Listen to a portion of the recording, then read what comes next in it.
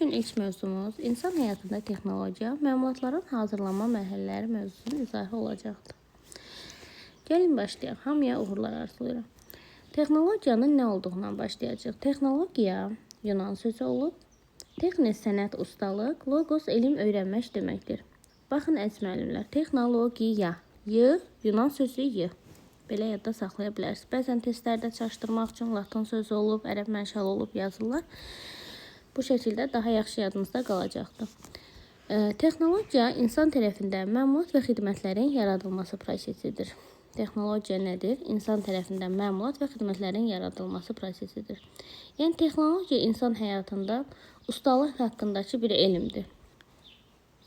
Texnologiyanın digər tərifinə də baxaq. Maddənin, enerjinin, informasiyanın dəyişdirilməsinə və insanların tələbatlarını təmin etmək üçün bu proseslərin öyrənilməsini istiqamətlənmiş insan fəaliyyəti başa düşülür.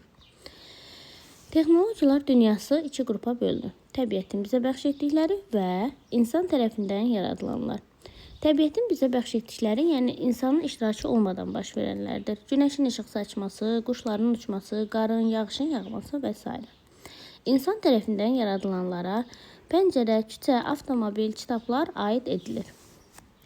Əziz müəllimlər, insanlar öz tələbatlarını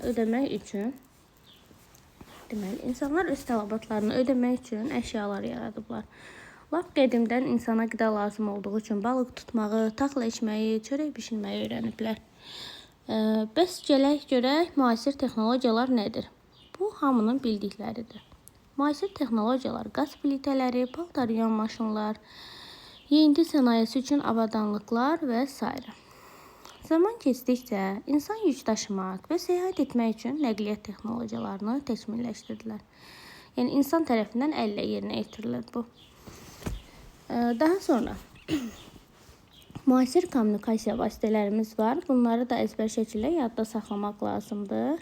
Diqqətli olaq. Müasir kommunikasiya vasitələrimizə televizor, radio, telefon, faks, elektron poçt və internet aiddir. Baxın, televizor, r ilə bitir, radio, r ilə başlayır, telefon, faks, elektron poçt və internet aid edilir. Bunu da əzbər şəkildə yadda saxlamaq lazımdır. Əziz müəllimlər, istənilən məlumatın hazırlanması bir neçə mərhələdən keçir. Birinci mərhələ məlumatın layihələndirilməsi, daha sonra hazırlanması və istismarı. Əvvəlcə hazırlanacaq məlumatın eskizin, yəni layihəsini çəkirik. Gələcək məlumatın üstünlüklərini, çatışmamazlıqlarını isə yazılı surətdə təhlil edirik. Gəlin indi baxaq, pəstah nədir? Əziz müəllimlər, pəstah hazırlanacaq detal üçün seçilmiş müəyyən ölçülü materialdır. Nədir? Hazırlanacaq detal üçün seçilmiş müəyyən ölçülü materialdır. Pəstahın ölçüsü detalın ölçüsündən böyük olmalıdır. Bunu yadda saxlayın. Bir pəstahdan bir və ya bir neçə detal alına bilər.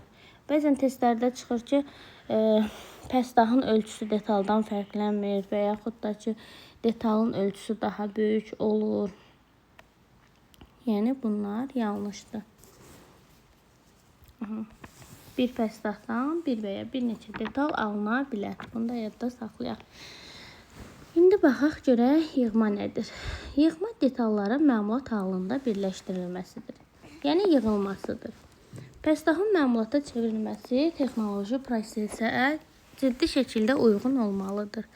Texnoloji proses özü pəstahın ilk halından hazır məmulat əldə edilənə qədər onun üzərində görülən işlərin nizamlı ardıcıllığıdır. Deməli, ilk halından hazır məmulat əldə edilənə qədər onun üzərində görülən işlərin nizamlı ardıcıllığı texnoloji proses adlanır. Pəstahın məmulata çevrilməsi texnoloji prosesə ciddi şəkildə uyğun olmalıdır. Deməli, pəstahın məmulata çevrilməsi texnoloji prosesə ciddi şəkildə uyğun olmalıdır. Məmulatın hazırlanma prosesi bir neçə texnoloji əməliyyatdan ibarətdir. Bura aiddir pəstahın mişarlanması, deşiklərin açılması, məmulatın cilalanması, rənglənməsi və s. Testlərdə bu cümlə qarşınıza çox çıxacaq. Belə olacaq ki, sual məlumatın hazırlanma prosesi hansı texnoloji əməliyyatlardan ibarətdir? O zaman cavabı götürəcəksiniz. Pəstahın mişarlanması, deşiklərin açılması, məlumatın cilalanması, rənglənməsi və s. Pəstahın emalı və məmulata çevrilməsi üzrə əməliyyatların ardıcıllığı xüsusi marşrut xəritələrində və texnoloji